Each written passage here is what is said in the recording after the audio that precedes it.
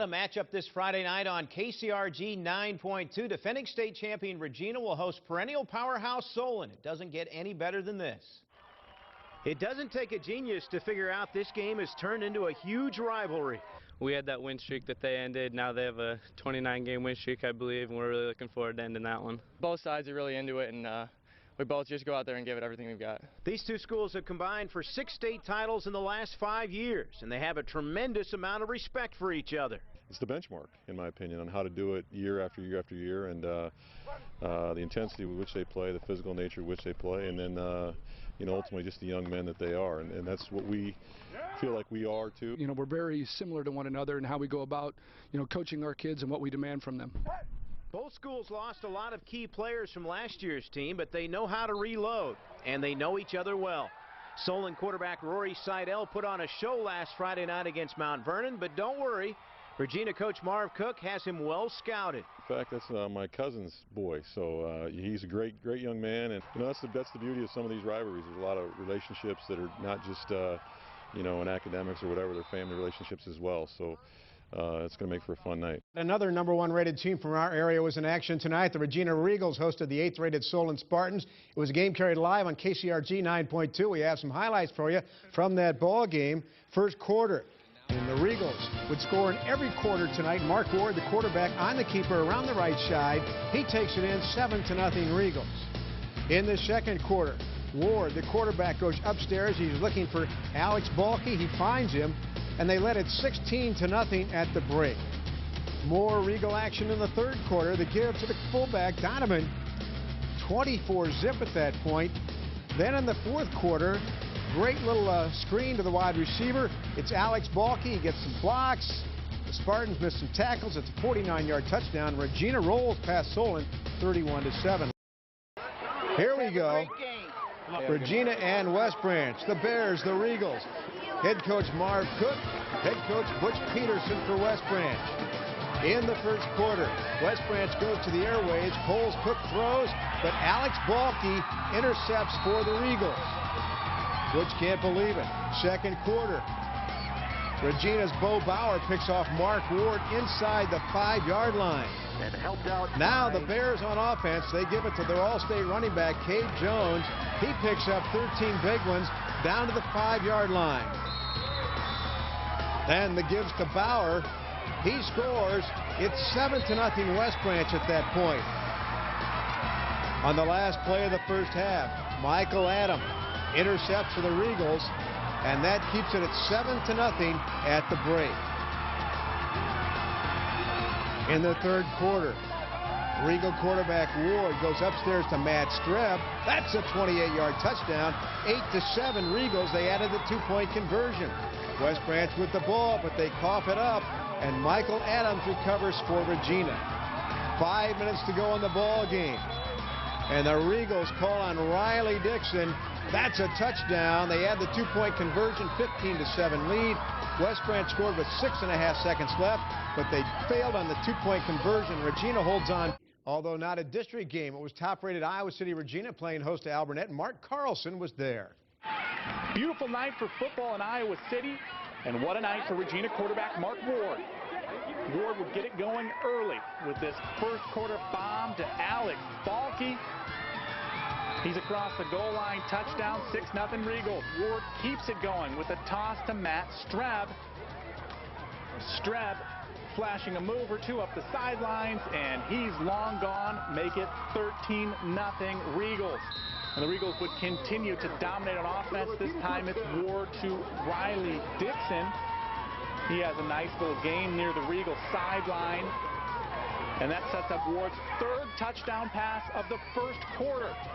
And to guess who? Streb. And Streb's going to take it for a little flight as he gets near the end zone. Woo! When he's into the end zone, all Regina, and they would continue to dominate. This time it's Mike Stell getting just about to the goal line on the nice pass from Ward. Mike Donovan would punch it in from there. It was a track meet for the Regals. His 34-game win streak on the line tonight when they hosted the Wilton Beavers in a big District 6 showdown. Wilton was 4-0 in district play. The Regals were 3-0. Mark Carlson was there. A hot chocolate type of night in Iowa City, and everyone was fired up, especially the Regal coaching staff. We'll pick it up in the second quarter. Wilton down a score, but refusing to get run off the field. Here it's Tyler Hetzler with the bomb to Coy Snyder, who makes a heck of a grab and takes it the rest of the way. 14-12, Regals remain on top. But that's when the game turned and took a good hard slant toward the Regals for good. Riley Dixon on the handoff, and he fights and weaves his way upfield, setting up Mike Donovan for the 5-yard touchdown scamper. Then perhaps the play of the night. QB Mark Ward chucks it over to Alex Balke, and Balke's going to make some moves. He starts it with a stiff arm, and then count him 1 juke, 2 jukes, and he's long gone. We'll see you later. And you think he's fired up. Well, just don't get too close to him on the sidelines. He'll nearly knock you over.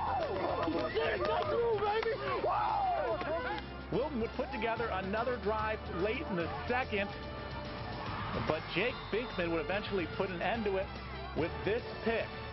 50-18 Regina, make it 35 in a row, John. In Iowa City, Mark Carlson, TV9 Sports. Did I hear say Frosty Road to the Dome? That's where we are, folks. Hi, everybody. Welcome to Week 9 of Friday Night Lights. Can you believe it? We've come to the end of the regular season, and now we can look forward to the playoffs. One team that has been playoff bound ever since they stepped into camp in August is Iowa City Regina. It seems to be a program that just reloads, and they finished up preliminary work at home tonight. Scott Sable was there. He joins us live from Iowa City. Scott? This just in, John, Regina is good. They won their 37th straight game tonight, beating Sigourney Keota 49-7. Let's check out the highlights. The Regals warming up for the playoffs on a rainy, chilly night in Iowa City. And they lit the scoreboard first on the Riley Dixon 11-yard touchdown run. And they added 6 more the next time they touched the ball. The QB Ward on the broken play, 8 yards for the touchdown. And Regina scored on their first 3 possessions. Look at the big fella, Julian Martinez, with a lineman's dream down to the 4. And that set up Jared Howell with the 2-yard TD run for the 21-0 second quarter lead. The Savage Cobras wouldn't go down without a fight. Luke Lyle with the 5-yard touchdown run to cut the lead to 21-7. But just before the half, Ward hits Matt Streb in the flat, and look at him make people miss. 26 yards for the touchdown to give Regina a 28-7 halftime lead. With Sigourney Keota on the move in the third quarter, a huge play by the Regina defense. Streb with the pick at the 4-yard line. And on the very next play, the Regals with the dagger. Ward hits Mike Donovan, and he does the rest. Now you see me. Now you're staring at my rear end. 96 yards for the touchdown to make it 35-7 Regina. Coach, 37 in a row, that's an amazing number. You know, this group's 9-0. They've done a great job of taking it on and just being a part of what's going on here. And it's just real exciting to see the transition and see these guys develop as leaders and kind of take ownership of this team. And this is one of the guys that's been kind of spearheading that group, so we're very, very fortunate. Yeah, now it's playoff time. That's exactly right. You know, it was big to be the district champs. You know, now we got home field advantage, which we really think is a huge plus for us here at Regina. And, you know, they come fast and furious, so we need to be ready. You guys did a nice job adjusting to the second half. Yeah, Sigourney Keota is a great football team. They do a lot of great things, and really, you know, it's difficult when you're watching what they're doing. And so it forced us to make a lot of adjustments offensively and defensively, and just really proud of the way the kids did that at halftime. Mark, when's the last time you had a 96-yard touchdown pass? Never, actually. Yeah, it was the first time. I mean, he was open. He made some plays, or made a play after he got the ball, so it's just my job to get him the ball. How much pressure is there with this winning streak at 37 now? I mean, you don't think about the pressure at all. I mean, it's in the back of your mind at some points, but we're 9-0 right now. You got to win or go home. It's a whole new season. It's our goal is to get to the dome and make some noise there, obviously to get the 3-peat. What a job Marv Cook has done with his football program, John, and I think he'll have them ready for the playoffs in that 3-peat. Back to you. Welcome back. Regina put their 37-game winning streak on the line tonight against Tipton. The Regals looking for the 3-peat this year came out ready to play. Tipton quarterback Alex Wiley gets hammered and coughs it up. And Casey Brewer with the scoop and score on the second play from the line of scrimmage. And the Regal defense was tough tonight on 4th down. Tipton goes for it at midfield. And Elliott Halsh with the stop to give the Regals the ball back. And moments later, Athlete of the Week nominee Riley Dixon races into the end zone from 12 yards out for the 14-0 lead. And then Marv with a little trickery. The reverse here, and then the flip back to quarterback Mark Ward. And he chucks one deep for Mike Donovan. And he's got him for 6 more. Regina makes it 38 in a row with the 42-7 win.